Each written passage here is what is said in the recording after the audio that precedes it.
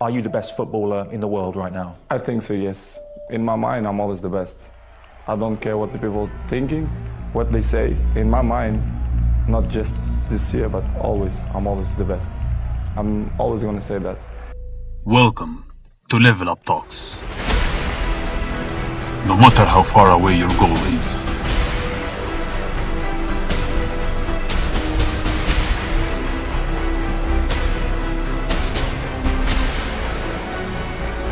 disappointment and frustration are binding you, there is always hope. There is always the one who cares, the one you love. There is always a way to level up. So we're going to talk about how we're going to start a podcast.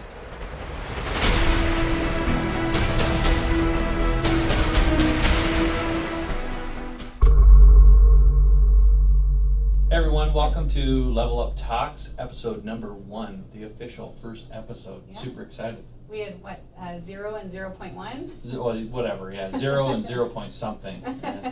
Yeah, so I mean, we've taken a few steps, Yeah. and we're moving forward. And I kind of wanted to quickly chat about, we had a quick meeting the other day, and your level of excitement. Yeah. Because it got me jacked up. Yeah, absolutely. I'm really excited about this. I think originally you started to do your daily steps, and I used to do videos on my own, but you don't have that accountability and that interaction, the sort of vibe that you get off each other. So I don't know, as I'm seeing these videos start to get edited together, it gets me excited. Yeah, it gets me excited to just kind of level up and just be all in on this. Right, and so, Yeah. I mean, not to hold us to any of your vision, but where do you see this going? And you know, what is it that really got you excited about doing some more videos? I have no idea where this is going. Okay. But I love the dynamic of the conversation that we have, and I Okay. feel that we have an ability together to really dive deep into topics that I think will be meaningful for other people. And like we said before, if it only gets out and makes a difference for one person, then it's worth it. Right. Obviously, I would love for a lot of people to get impacted and get value out of it, as I know you would too. But we'll just take it one step at a time. Yeah. Episode 1. The big thing for me certainly is to level up myself. That this is going to stretch me, because I think a part of this journey is going to be a lot of growth for us and stepping outside of our comfort zone, and maybe not comfort zone, but even going places we haven't been. So doing firsts. Absolutely. Why do you think this is out of your comfort zone? The actual discussion isn't, Yeah. but pushing my boundaries into documenting certain aspects maybe of my life or our journey is not something I've done before. So it's not a fear that I won't do it. I'm looking forward to that. But what I've learned over the last couple of years is just by doing things, you just learn so much more than what you expected to learn. So that, I think that's the part that I'm looking most forward to. And I think, honestly, based on where our passions lie, I think that's incredibly important and fun to discuss and to put out there. I think what's also really cool is that we're winging it. Yes. We're not having any discussion prior to this. I wish we had a videoed it, but we were kind of talking, getting into it, and we were like, shh, Brad, stop talking, because Right. you don't want to kind of ruin the authenticity of Right. it being raw and real and, Right. and not prepared for and not scripted. We're just going to wing it and pick certain topics, I think, and just go with it and see where it goes. Isn't that the most important, well, not most important, but one important lesson that I could share or want to share with people is to just start. Yeah. Who knows where it's going to go? I certainly, being in business for years, people always talk about these plans, that you need to come up with plans, and I think plans are okay. Yeah. But sometimes they can be very cumbersome, and you spend so much time just planning and then get disappointed that it didn't go according to plan. That's right. And then I think people stop, right? I'm always Right. telling this to people with audiobooks too, or regular books. And what I find is that so many people will start reading a book, not feel engaged with it, and then they won't pick up another book for 2 years. Because Right. they have this notion, we have this notion in our head that you have to finish something Right. before you can move on to the next thing. Right. And I disagree with that. I feel like, it's okay. If you start it and you're not vibing with it, Yeah. that's okay. Just close the book Absolutely. and start another book. And I think it's the same thing in life. If you start a project and you're not vibing with it, you have to ask yourself 2 questions. Am I not vibing with it because it's pushing me out of my comfort zone? Or am I not vibing with it because I'm not vibing with it? Well, and I think that's that. We could talk about that, and maybe we should, is, how do you, walk that line before quitting too early Mhm. and recognizing that it's time to shift or pivot? Mhm. Because I've had some. For sure. I think it's intuition. You have Mhm. to trust your gut. I think not enough people really tune into that sort of feeling that you get where you go, ooh, this kind of scares me. It's kind of pushing my comfort zone. That might actually mean that I'm heading in the right direction. Or, you meet somebody and intuitively you think, ooh, I don't know, there's something about this person that feels off to me. And I think you have to trust those, gut instincts that you Mhm. have and then just go with them, right? I've been spending a lot of time over the last couple of years, and certainly about a year ago, a lot of time doing some self-development and self-awareness. Really asking myself tough questions on what motivates me, what doesn't motivate me, what pisses me off, what makes me happy, because I think those things start to uncover who we truly are. And I know part of my mission is to help people identify who they are, empower them to be the person that they want to be, which is, this is me documenting part of that for myself, so I hope that comes across. Mhm. Yeah. I mean, on the note of personal development, I think it's so important. It's where people start, right? Mhm. Like, this whole notion of personal development, I think, is so, talked about now, and it's really trendy and clicky, and I think people don't necessarily know what it is if you're not in that space. What is it? Yeah, what is it? I think personal development is just asking the right questions, as you just hit upon, pushing your limits, pushing your boundaries, really starting to look at where you want to go in life, as opposed to leading that rat race, that 9 to 5 wake up, Groundhog Day, doing the same thing day in and day out, and say, what really fuels me, what makes me happy? I don't have to live the rest of my life in this little bubble trapped, and I think once you start going down that journey of what else can I look for and attain that will fulfill me, that's what kind of jump starts the personal development. So, and ultimately you start talking to other people who have similar interests, and you start reading books, doing audiobooks. I love the audiobooks. I think that's been a huge game changer for me, just because I drive so much, and just getting ready in the morning, or if you're cleaning the house or doing whatever, like it's multitasking. I don't have time at the end of the day to sit down and read a book, but to be able to listen to it and multitask has been really, really great for me. And I know for sure for me, it doubled my business. Yeah. In just 1 year, I know I doubled my business just because I started really honing in on, hey, wait a minute, where are my strengths, where are my weaknesses? And wherever my weaknesses are, what book can I read to help me, blow through those weaknesses? And that's where you really start to grow and really start to shine. Yeah. Well, and I think, that's a great takeaway, is that, personal development specifically doesn't have to take additional time. You can actually find pockets in your day that you can actually amplify your time. Mm-hmm. You hit on a few things, right?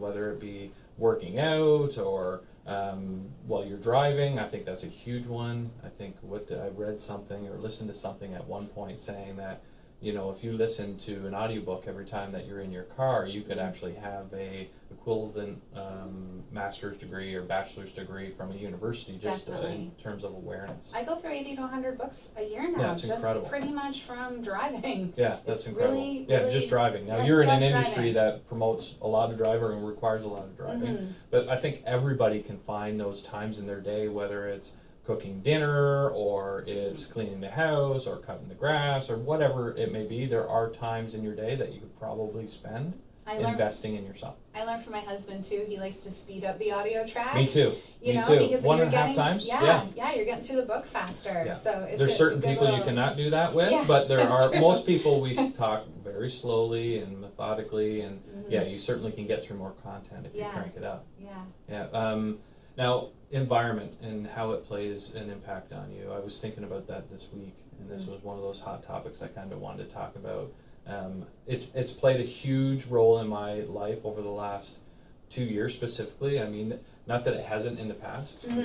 We certainly can discuss that. I think the environment has many facets to it. Not only the people, Yeah. but the physical space that you're spending in, and what the expectations are of you from those people Yeah. and that space. Yeah. Well, I think it's just a level of consciousness, right? I think as, you know, as we grow up, as we're young, as we're teenagers, it's like, hi, you know, so-and-so, I kind of like you, you're kind of funny or whatever, and you start hanging out and they become your friend. And you don't put much time or energy into the thought of who you're selecting as your friend.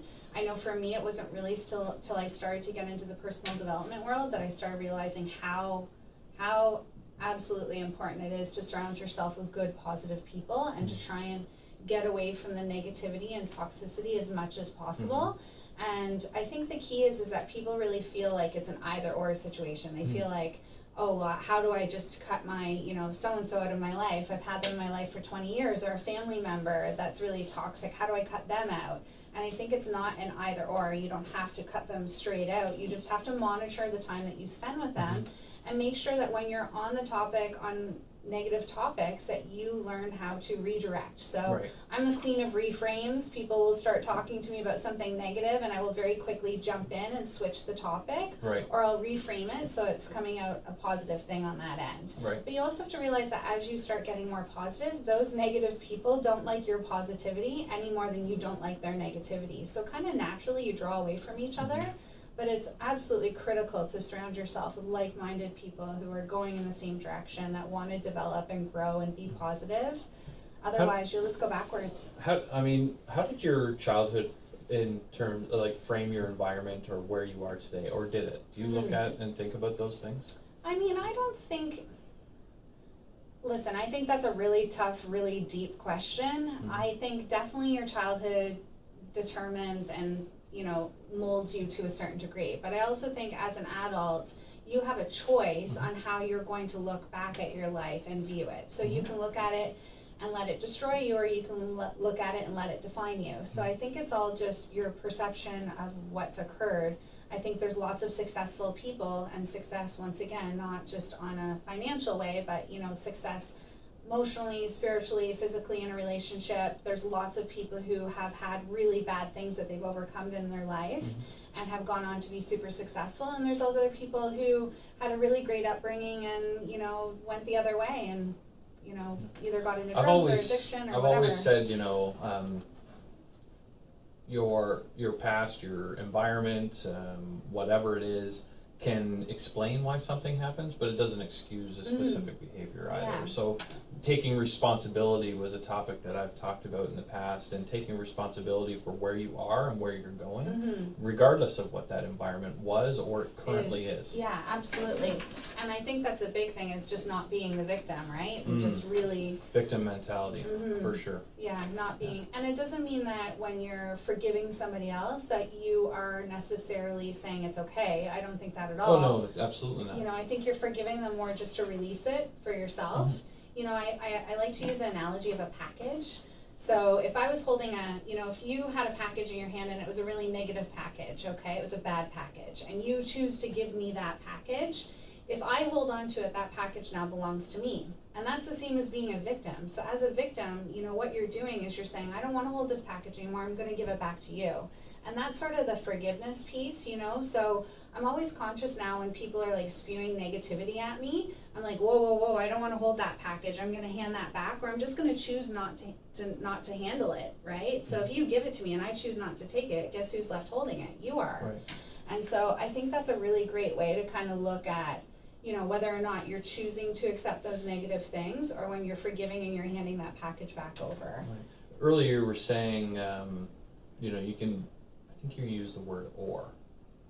And I don't know how to frame this, but to say, recently I've started to think about things as ands. So I can do this and this, Yeah. or this, Yeah. but I don't have to just do one thing. You know, do you ever think about that, and how does that play into doing something like this when you have other things in your life that you obviously are doing, a real estate company, etc.? I think that's a really great, valuable lesson to be, you know, talking to about people. I have lots of people that come to me, coaching clients, saying, you know, I want to start another business, but I I can't imagine quitting my business. I have so many bills, etc. My job's, providing such a great income. And I'm always saying it's not either or, it's and. You can do both. You can start working on another business or another project at the same time. You just work it into your You've schedule. asked me that question, Mhm. right? And Yeah. certainly some of my shift in my my business, my core business, has been to be more aligned authentically with who I am. Mhm. And I do want to do more things that don't necessarily align with that business. So I need to be able to have those outlets as well, which this is one of them, Mhm. right? Yeah, And so definitely. I think that's really, really important because so many people are stuck, and I don't want to use the term rat race, but they're stuck with thinking that they can only do one thing at a thing. time, Mhm. and they have to give this up in order to do that. And I mean, there are some challenges and things that you need to work through as a result of doing a few things. I call spinning plates, but I think it's worth it. Mhm.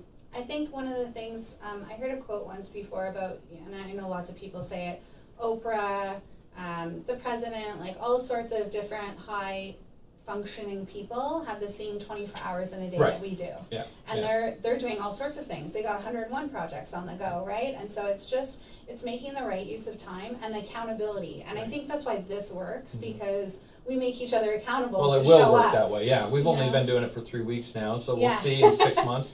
Like it's like going to the gym for the first 3 weeks. That's Mhm. easy, right? Yeah, but I But- think generally speaking, Yeah. if you've got somebody that will hold you accountable, that's why coaches are great. But I don't think you necessarily have to have a paid coach. You just need to have one person in your life that says, I'm going to keep you accountable to this. I'm going to call and check in or show up. The other reason I think it's going to work is because it's authentic and true to who we are. Mhm. And we were talking about this just before we started, and the importance of that, and really communicating who we are and what our message is, and staying in that lane, so to speak. What was I going to say? I had another follow-up question to that. Oh, we were talking about obviously and people feeling like they can only do one thing at a time. I think one of the things I think about is that's some conditioning has happened as we've grown up, is that you get one job, you do one thing, and it does, not that you can't have hobbies, but You make your money, you retire. yeah, it's so that comes back to the environment question that I was kind of bringing up earlier. Is when you get into spaces where people are thinking a little bit bigger or on another level, let's say another level, Yeah. how important that is. I know for me recently, even I was down at the Fractal Workspace down in Kingston.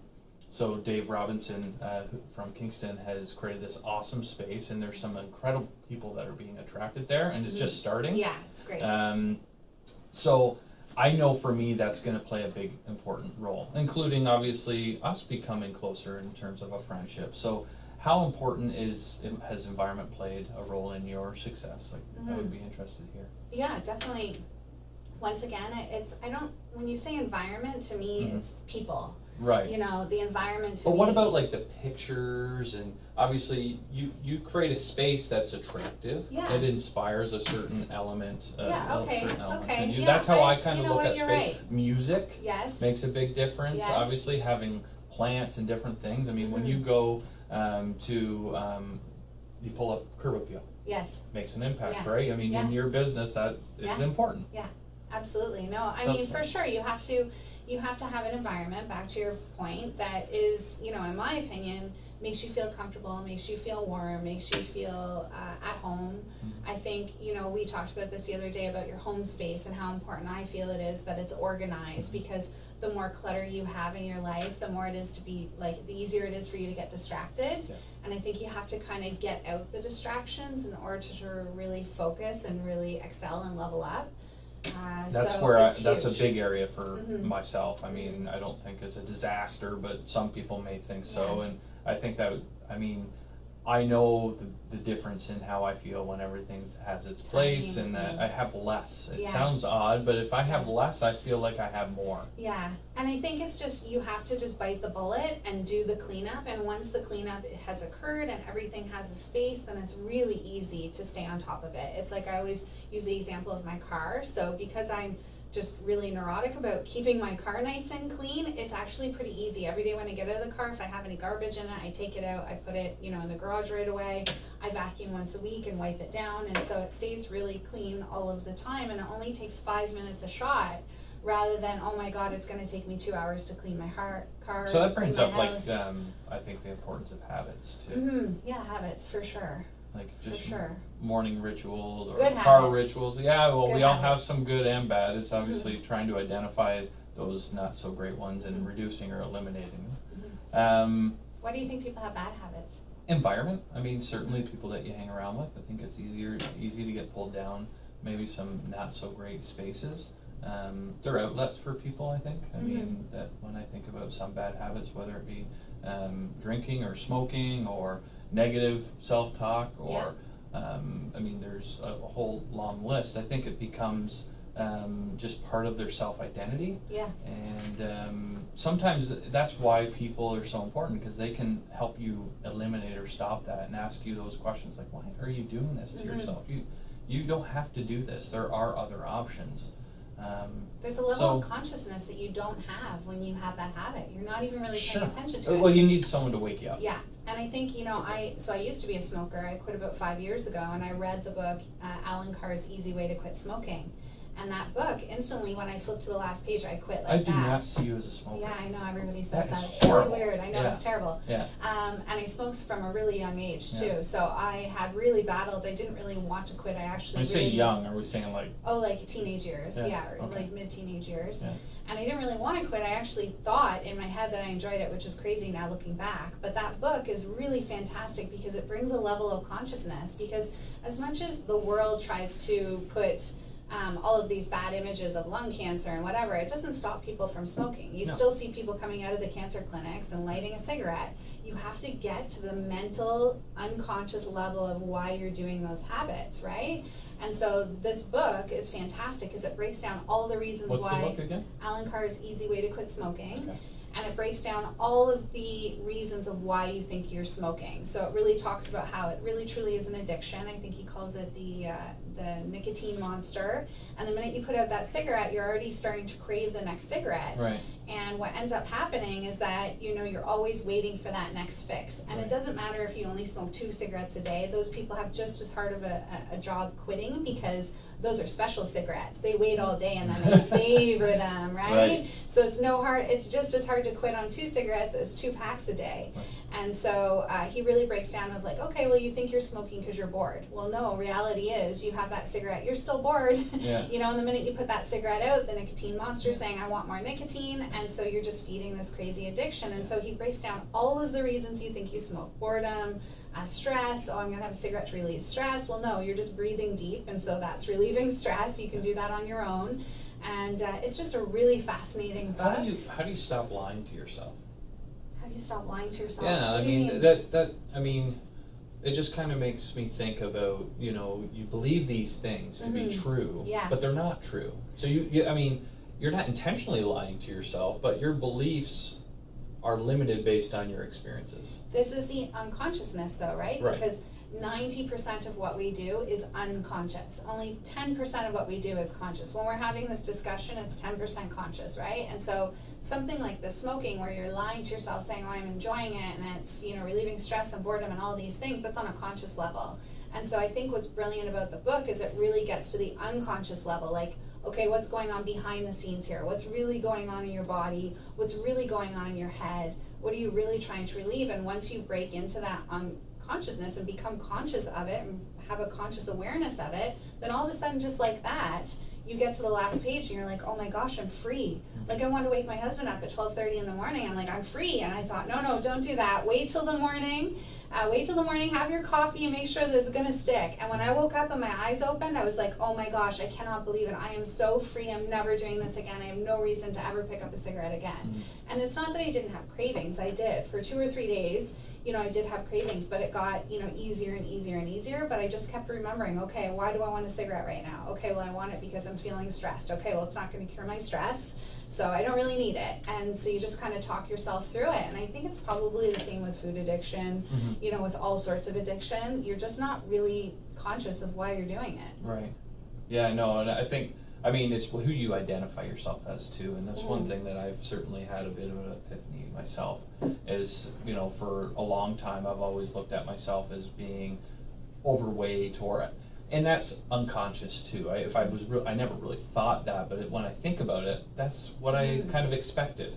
Yeah. And now I have a different expectation of myself. When I look at my vision board that I have in our bedroom, one of the photos is a gentleman with his shirt off, and he's in much better shape, right? And I never really thought of myself as that. I wanted to be that, Yeah. but now I'm shifting my mindset to saying, no, that's who I am. Yes. I'm not the I bigger am. guy. And Yeah. so, certainly I am statements are really Yeah. powerful, right? Anyways, that was certainly, a breakthrough for me to say, if I gain weight again, it's possible.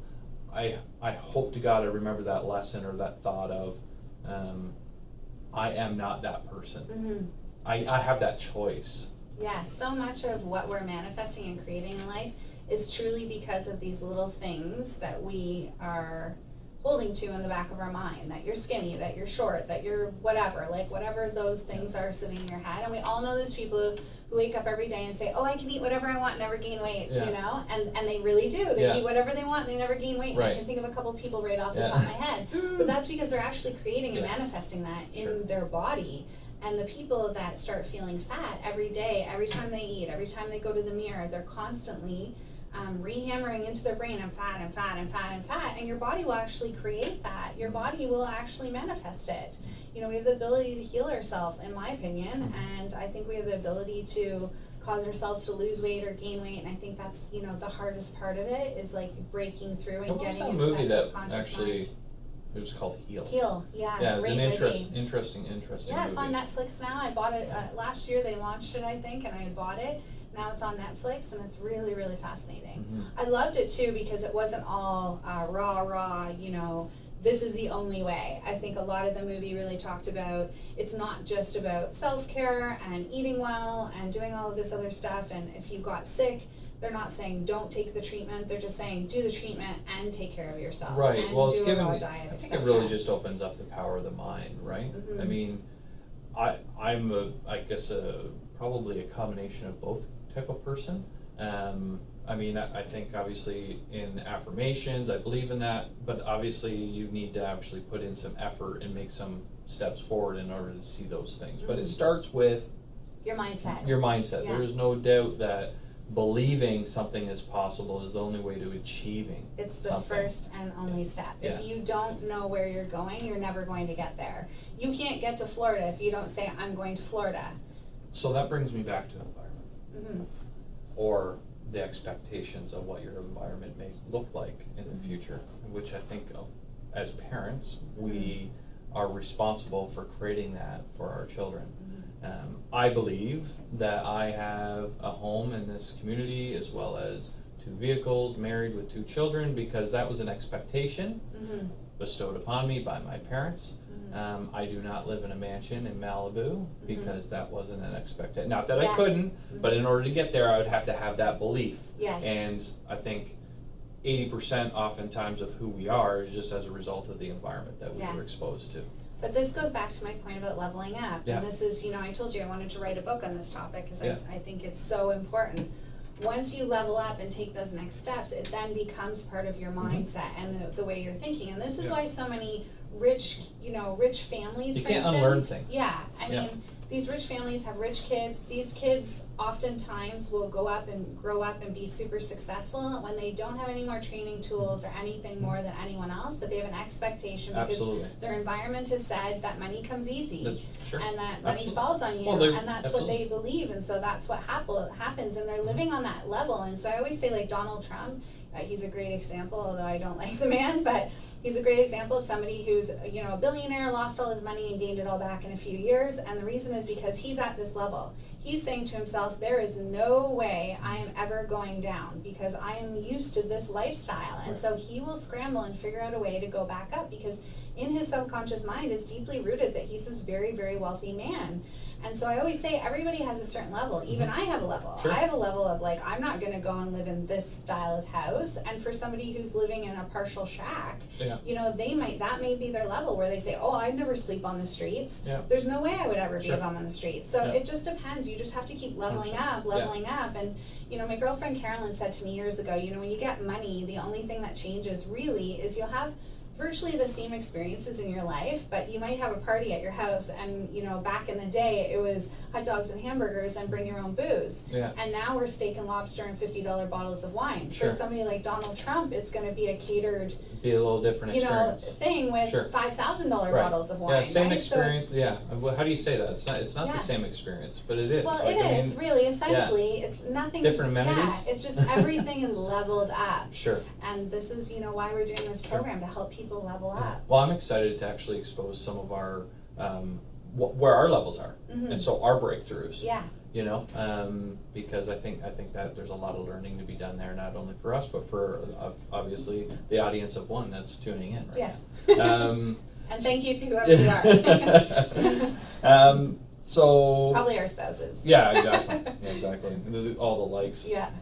Actually, someone actually made a comment today in regards to one of our recent posts about fear of success, and alluding to fear of success and fear of failure being similar. And I wanted to understand what she meant by that, because I've always identified them as two different things. Do you see fear as just one lump sum challenge, or do you break it down into many facets?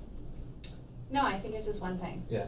You know, in That's my it. mind, fear is fear. Fear is fear. Fear is, you know, fear is, Do you think fear of success and fear of failure is the same thing? yes, I do. I think fear is fear. It's just something within us that says, this doesn't feel comfortable, this doesn't feel right. And it's either the fear of looking stupid or the fear of, I mean, there's lots of different levels of fear. So I think it's just acknowledging it, number one, Sure. having a level of consciousness that acknowledges it. And then I think the key is not to try and override it. So I think you Embrace don't, it? Yeah, Like- I don't think you embrace it, but I No. think the more you focus on the fear, the more fear you create. So I think it's just acknowledging that fear is actually there to keep you safe. You know, Sure. if you look back in our environments and over the years, you know, we were afraid of lions and animals coming after us. You know, there is something within us innately that's there to protect us. So just saying and acknowledging, hey, I'm feeling fear right now. This is normal. This is to protect me. However, I'm conscious and I'm a conscious being, and I'm going to break through that fear. I mean, fear and anxiety, they're kind of the same. For me, if I'm fearful about something, I do some deep breathing techniques. And I learned that through John Assaraf's training. He really talks about taking 6 really deep breaths. So you breathe in really deeply through your nose and then breathe out through your mouth. And he has a technique where he likes to call it inner sizing, where when you're breathing in, you're saying, I'm breathing in calmness. Yeah.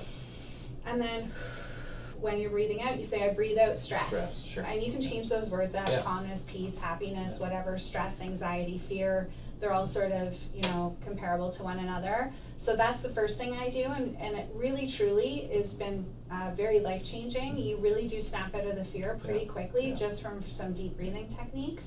And then try not to like go into analysis paralysis. Like don't overanalyze, like where is this coming from? Like don't worry about it. It's probably subconsciously rooted. You just have to say, okay, like just focus on grinding and pushing through. Yeah. And I think that's really the difference between people who achieve success and people who don't achieve Right. success. They recognize the fear and they keep pushing through. Right. Yeah. No, I think I might have shared this last time, but for myself, recognizing, you know, where I'm afraid or anxiety or whatever that general emotion or feeling is, to understand that it's not it's not going to be here forever, and that the sun will rise again, and that you don't have to stay in that state. Yes. And you can shift and change it. And you know, for me, you know, going through fear is a growing experience. So I've tried to shift my mindset to say, hey, if you're afraid right now, you're on the brink of a breakthrough. Yes. And so I try to make it a positive Yeah, you're experience. reframing it. You know, I want to get to a place where I can do that more on the ready, like in the moment. Yeah. And sometimes, obviously, I can, depending on the level. But I think that's where I want to level up, is that, you know, I'm afraid to get on stage or to take that next leap into another realm. But to say, you know what, I'm doing it anyways. I got to get up in front of these people. I'm going to share my experience, and not going to have any expectations on what they believe or what they think. I think more than anything, that's just practice. Yeah. you know, being Well, sure. prepared, over preparing yourself, and practice will help eliminate those things. Yeah. I love it that you mentioned that it's an emotional state, because it is an emotional state that you can turn on and turn off. Tony Robbins had a really great video on YouTube where he's talking to a lady who has multiple times wanted to commit suicide. And he actually makes her get into that state while she's standing in the audience. So one minute she's laughing and he's cutting jokes and she's, you know, enjoying herself. And then the next minute he says, no, right now, I want you to like get into that state, like talk to yourself how you normally talk to yourself when you're really super depressed. And you can watch her face and her body all change as you can see that she's talking to herself and telling herself whatever she normally tells herself, that self-talk of like, you're awful, you're terrible, your family hates you, whatever is going on. And you watch her change her state over and over again. He makes her do it 5 or 6 times. And then he follows up by saying, you see here, you've actually had control this whole time. Right. You had the control to turn it on and turn it off. Right. And so it's just, once again, conscious awareness. Now that she knows that, she can use that technique and that tool, which I'm also trained in NLP. It's an NLP technique of learning to, you know, change those states around. So Yeah. I also I'm reading Todd Hernan's book, Alter Ego. Nice. And yeah, it's really good. And I have What's the author? Alter Ego, Todd Hernan. Okay, I do have that. There's another ego book out there that I really love, but sorry. Yeah, go ahead. I had the pleasure of meeting him at Chris Winfield's event. He was telling me about this book coming up, so I was really excited to read it. And it's really great. He talks a lot about how there's a lot of celebrities out there, Beyonce Knowles, who had an alter ego, somebody else that they would kind of channel in and pretend to be in order to break through that fear barrier. And I think it's really important. It's Clark Kent, you know, it's, there's so many different people. Do we all have that alter Yeah, ego? definitely. Do you think Well, so? I don't think you have it. You know, he's just saying you can create it. It's Oh, a okay. choice. Sure. And you can, you know, put those glasses on and say, hey, Right. I'm somebody different right now. And use that as the ability to channel through the fear, because at least if you're getting criticized, it's not you that's being criticized. Right. It's your alter ego that's being criticized. Right. Yeah, So so just that's to- a really, I haven't made it through the whole book yet, but so far I'm really enjoying it. It's a really interesting concept. Well, I think, I mean, we could keep going on Yeah, and on absolutely. and on. And so, I don't know, I got thinking the other day if we should be asking the audience any questions. Do you have any questions or want to get questions from our audience? Yeah, I would love to hear what they want to hear more about. Like, Yeah. what are you struggling with that you want us to kind of do a deep dive and hopefully pull some good, you know, pieces of wisdom Well, and just out of. share our Yeah. own experience in those things. Yeah. You know, one of the things that certainly I've learned, and I don't think this is any secret, is that we all go through many of the emotions that people struggle with, right? We've all been there. Oh, in and are some still form there. or are still there. Like, So there isn't a person on the planet Yeah. that you're going to talk to, I Yeah. think, that's not going to say, oh, I'm struggling in Yeah. some Well, form. and Even fear. Oprah's, Yeah, like, you know, sure. still doing all sorts of personal Yeah. development and trying to become a better person and learn more. And I mean, you're never there. Yeah. There's always a next step. Yeah. A next Yeah. level. So there you go. If you have, you know, a question or a topic that you want us to discuss, we would love to hear it. You certainly can reach us out to us on social media or drop a comment below on this video. But until next time, you know, level up. You know, go out and make a difference. And you know, what were we talking about the other day? We were talking about a sign off and getting better at it, because that was kind of brutal. But you know, We might need to script that one, Brad. yeah, we might have to script that one. But you know, we have some social media content that we're looking to develop on other platforms. So Instagram, and your son did a cool little video Yeah. the other day that he was talking. Maybe we should just splice that in. Yeah, That I would know. It actually was be really cute, wouldn't it? really cute. Yeah. You know, thumbs up, like it. Hit You the know, subscribe hit the button. subscribe Yeah, I love button. it. All I love those it. things. Love where this Anyways, is going. until Thank next you, time, Brad. thanks for having us. Yeah.